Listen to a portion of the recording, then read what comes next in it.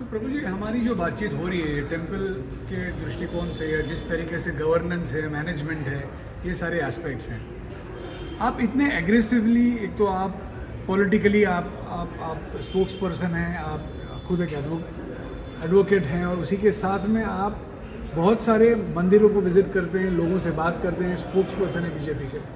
आपके माध्यम से आप बताइए, अगर आपको 3 इम्पॉर्टेंट चीज़ें बतानी हैं जो टेम्पल्स या टेम्पल मैनेजमेंट या ऑनगोइंग प्रोसेसेस को इनकॉर्पोरेट करने के लिए हमें इम्प्रोवाइज करना चाहिए, तो वो क्या है? मंदिर हमारे लिए केवल पूजा के केंद्र नहीं है कि हम वहाँ केवल जाएं, अगरबत्ती दिखाएं, भगवान के दर्शन करें, केवल इतने तक नहीं। मंदिरों की एक सोशल रिस्पॉन्सिबिलिटी भारत में रही है पहले से। दुर्भाग्य ये रहा है कि बीच के कालखंड में मंदिरों की वो सोशल रिस्पॉन्सिबिलिटी लगातार धीरे धीरे कम हुई है।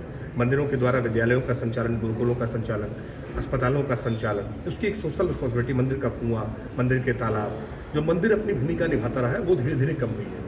हम मंदिर में, जैसे हम अपने जीवन के संस्कार मानते हैं, संस्कारों में विवाह एक संस्कार है। अब विवाह का संस्कार मंदिर से कैसे दूर हो गया? मतलब क्रिश्चियनिटी में चर्च आवश्यक है, वहाँ पर आपको विवाह करना है तो विवाह के लिए आवश्यक है कि आप चर्च जाएंगे। चर्च जाएंगे तो चर्च में ही आपकी विवाह की जो पूरी रस्म है वो निभाई जाएगी। दुर्भाग्य ये है कि मंदिरों में ये रस्म निभाया जाना बंद हो गया। अगर मंदिरों में विवाह की रस्म को भी निभाया जाने लगे तो उसकी जो पवित्रता है विवाह की, जो संस्कार की, वो पवित्रता मेंटेन रहेगी। मंदिरों का इससे अर्थतंत्र भी खड़ा हो जाएगा, क्योंकि जो हमने बाजार के हवाले कर दिया है मैरिज हॉल बन के लिए, या जो बाजार के कोई साज सज्जा रंग रोगन के लिए, वो हम मंदिर के साथ जोड़ेंगे तो मंदिर भी सशक्त होंगे और मंदिर की वो पवित्रता की भावना हमारे उस रिश्ते में भी आएगी। मुझे लगता है कि ये पहल मंदिरों को साथ जोड़कर करनी चाहिए, जहाँ सामूहिक विवाह या इंडिविजुअल विवाह को मंदिर के साथ जोड़ने का एक प्रयास किया जाए तो निश्चित तौर पर मुझे लगता है कि मंदिरों के प्रबंधन में एक ये बड़ी सफलता होगी इससे। और एक सवाल मेरा, जो लोगों को एक इन्फॉर्मेशन, जो ये व्हाट्सएप यूनिवर्सिटी के माध्यम से लोग हर एक जन पूछते रहते हैं कि ये यहाँ पे पब्लिश हुआ, ये वहाँ पे पब्लिश हुआ, उसके वैलिडेशन के चलते, तो क्या लोगों को ये व्हाट्सएप या इस भावना से जो आए हुए फॉरवर्ड्स हैं उसे फॉरवर्ड करना चाहिए? इसको कार्मिक रीत्या आप कैसे देखते हो और क्या माध्यम है आप? देखिए, व्हाट्सएप एक नए तरह की तकनीकी है जिससे हमें सूचनाएं बहुत त्वरित गति से मिल रही है जी। किसी चीज़ के फायदे हैं, उसके नुकसान भी, उसका डर पक्ष भी है। बहुत सारी अफवाहें, बहुत सारे भ्रम, बहुत सारी गलतियाँ ये भी इसी व्हाट्सएप यूनिवर्सिटी के थ्रू जो है ट्रैवल कर जा रही है। हमें कोशिश ये करनी चाहिए कि इस व्हाट्सएप की जो सत्यताएं हैं, जो मैसेजेस की, उसको अलग अलग जो इसके विद्वान हैं उनके द्वारा इसकी क्लैरिटी समय समय पर होती है, ताकि विशेष करके चूंकि अध्यात्म और धर्म को लेकर के जब कोई गलत बात फैलती है तो कितना बड़ी आस्था पर चोट पहुंचती है, कितना नुकसान पहुंचाती है। ये आवश्यक है कि इसको लेकर के क्लैरिटी, कुछ जो जैसे आपका काम टेम्पल कनेक्ट का काम है, कि इसकी कुछ जो इस तरह की संस्थाएं हैं जिनकी विश्वसनीयता है, वो इसको लेकर के समय समय पर अपने प्रकाशन करें और उनके प्रकाशन थ्रू व्हाट्सएप, इसी व्हाट्सएप से वो क्लैरिफाई करने के लिए जाते रहें कि ऐसा भ्रम है, इसकी सत्यता ये है। तो मुझे लगता है वो ज़्यादा बेहतर होगा। आज इस माध्यम से आज हम यहाँ पे जो इंडिया थिंक काउंसिल के माध्यम से जुड़े हैं, हमने एक पॉइंट ऑफ व्यू शेयर करना है यहाँ पे कि बहुत सारे लोगों में एक भ्रम है कि मंदिरों को गवर्नमेंट ने कंट्रोल करना चाहिए या नहीं करना चाहिए।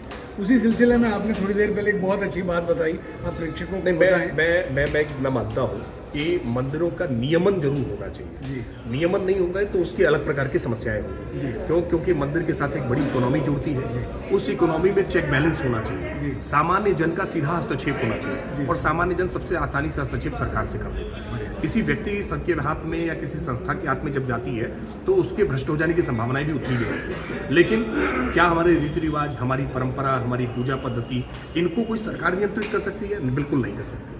इसको उस रिलीजियस फेथ को मानने वाले लोग, वो पुजारी ही करेंगे, वो आचार्य ही करेंगे, वो ब्राह्मण ही करेंगे, जो उसको नियमित करने वाले लोग हैं वो ही करेंगे। और ब्राह्मण का मतलब यहाँ किसी जाति से नहीं है, ब्राह्मण का मतलब उसकी व्यवस्था का संचालन करने वाला विद्वान से है। तो उसका नियमन वही करे जिसकी फेथ है।